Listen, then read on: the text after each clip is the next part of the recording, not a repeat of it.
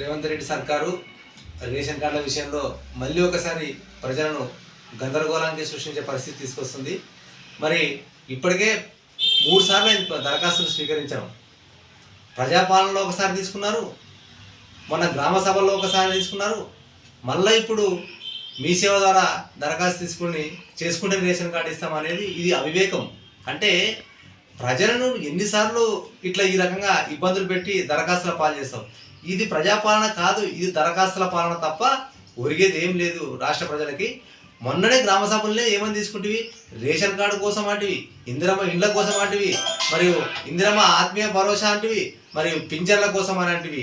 మరి మొన్న గ్రామ సభలో తీసుకున్న దరఖాస్తు ఎక్కడవే? మరి ఇన్నిసార్లు తీసుకున్న దరఖాస్తులు ఏమైనాయి? మరి ఇట్లే దరఖాస్తులు తీసుకుంటూ పోతారా?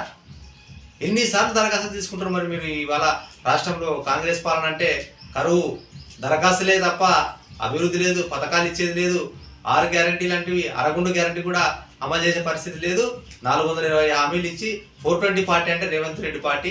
మరి రేవంత్ రెడ్డి సర్కార్ కాంగ్రెస్ పార్టీ నయవంచన, ప్రజలకి ఏ ఒక్క పథకం కూడా అందించే పరిస్థితిలో ఈ రాష్ట్ర కాంగ్రెస్ ప్రభుత్వం లేదు. మరి ఇప్పటికే ప్రజలని నానా ఇబ్బందులు పెట్టి రైతు రుణమాఫీ చేయలేకపోయింది, రైతు భరోసా ఇవ్వలేకపోయింది. రైతు భరోసా అయితే మండలంకి వచ్చేసి ఒక గ్రామానికి రైతు భరోసా ఇవ్వడం దుర్మార్గం.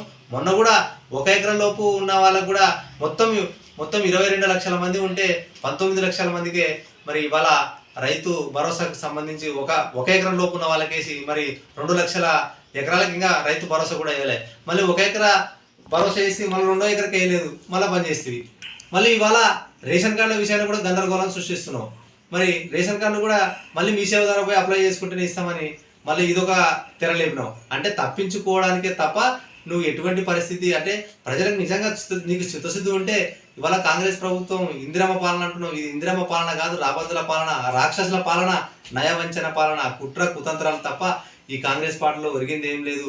చూస్తున్నాం సిగ్గుచెట్టి వాళ్ళ ఢిల్లీలో చూసి నీ పార్టీకి 0 అంటే కాంగ్రెస్ పార్టీ దేశంలో మొత్తం 0 తప్ప హీరో లేదు. ఇప్పుడు ఢిల్లీ ఎన్నికల్లో ఇవాళ రిజల్ట్ వచ్చింది. మరి ఢిల్లీ ఎన్నికల్లో ఒక్క సీటు కూడా గెలవలేని నిస్సహాయమైనటువంటి స్థితిలో ఇవాళ కాంగ్రెస్ ప్రభుత్వం ఉందంటే సిగ్గుచెట్టు. ఎందుకంటే మిమ్మల్ని నమ్మే పరిస్థితి లేదు. స్వయాన ముఖ్యమంత్రి రేవంత్ రెడ్డి పోయిన నియోజకవర్గంలో ఢిల్లీలో ఓడిపోవడం సిగ్గుచెట్టు.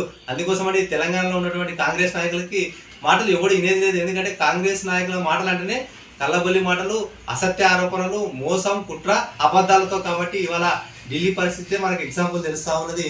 మరి కాంగ్రెస్ పార్టీ యొక్క ఆ విజయం అనేది ఇంకా లేదు. కాంగ్రెస్ అంటేనే దేశంలో కూడా ప్రజలకు విసుకొచ్చిపోయింది. ఎందుకంటే ఏ ఒక్క పథకం ఇంప్లిమెంట్ చేసేది లేదు, ఒక విజన్తో పోయే పరిస్థితి లేదు. కాబట్టి ఇవాళ కాంగ్రెస్ పార్టీ అంటేనే, కాంగ్రెస్ ప్రభుత్వం అంటేనే ప్రజలు చీదరించుకుంటున్నారు.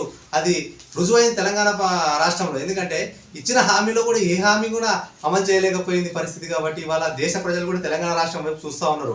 అంటే కాంగ్రెస్ పార్టీ తెలంగాణ రాష్ట్రంలో ఎట్లా చేస్తుందో అనేది కూడా దేశం ఇవాళ చూస్తూ ఉంది. కాబట్టి ఫెయిల్యూర్ అయింది. కాబట్టి ఇవాళ తెలంగాణ రాష్ట్రంలో ఫెయిల్యూర్ అయింది. కాబట్టి ఇవాళ ఢిల్లీ ఎన్నికల్లో కూడా ఫెయిల్యూర్ అయింది కాంగ్రెస్ పార్టీ. స్వయాన తెలంగాణ మంత్రులు, తెలంగాణ నాయకులు కాంగ్రెస్లో చెప్తే ఎవడు ఓటేయలేని పరిస్థితి, ఒక సీట్ గెలలేని పరిస్థితి.